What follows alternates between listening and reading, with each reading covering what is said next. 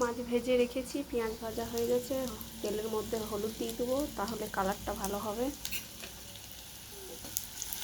নেড়ে দেবো, পেঁয়াজটা লাল হওয়া পর্যন্ত অপেক্ষা করব। পেঁয়াজ লাল হয়ে গেছে, এবারে টমেটোর পেস্টটা দিয়ে দেবো, নুন দিয়ে দেবো। এবারে কষিয়ে নেবো কিছুক্ষণ।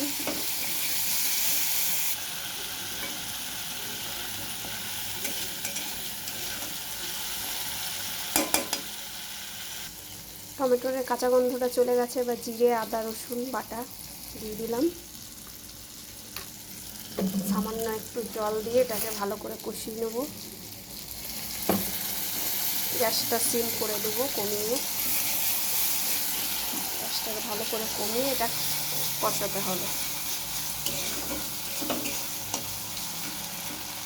মাঝে মাঝে নেড়ে দিতে হবে, নেড়ে নেড়ে কষাতে হবে, নাড়ে লেগে যাবে কড়াইয়ে।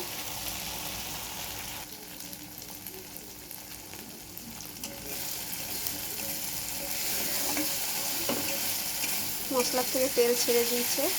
অনেকে জিরে আদা বাটা দেয়, রসুন দেয় না, তো একটু রসুন দিয়েছি বলে একটু ভালো করে কষিয়ে নেবো, নাহলে রসুনের গন্ধটা থেকে যাবে। এবারে দই দিয়ে দিলাম। কেউ লঙ্কা গুঁড়ো চাইলেও দিতে পারেন, আমার ঘরে ছোট বাচ্চা আছে তাই লঙ্কা গুঁড়ো দেবো না। কাঁচা লঙ্কা কেটেছি নামানোর আগে, কটা কাঁচা লঙ্কা ছড়িয়ে দেবো ওপর থেকে, বেশি ঝাল করব না। একটু জল দিয়ে দিলাম।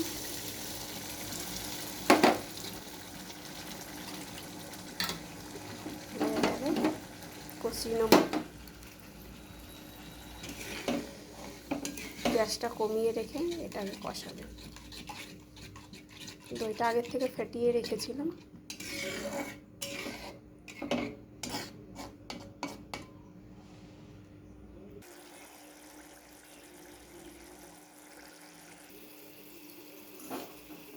একটু জল দিয়েছি, কাঁচা লঙ্কাগুলো দিয়ে দিলাম।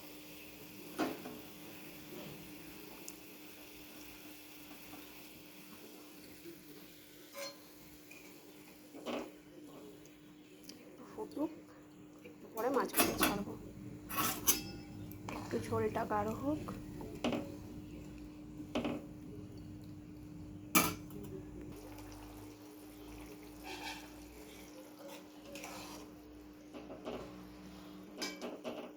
নুনটা চেক করে নিলাম, একটু কম ছিল তাই একটু দিয়ে দিলাম। এবারে মাছগুলো ছেড়ে দেবো। মশলা এতটা বেটেছিলাম কিন্তু 1 চামচ দিয়েছি, বেশি মশলা খাই না আমরা।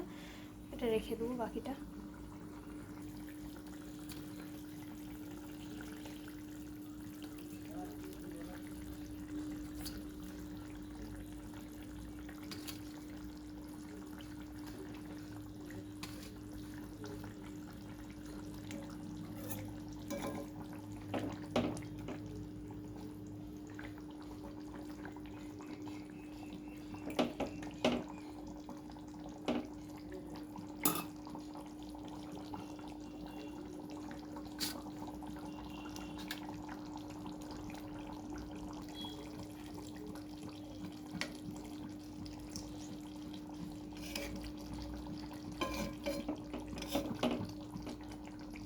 উল্টিয়ে দিলাম মাছগুলো।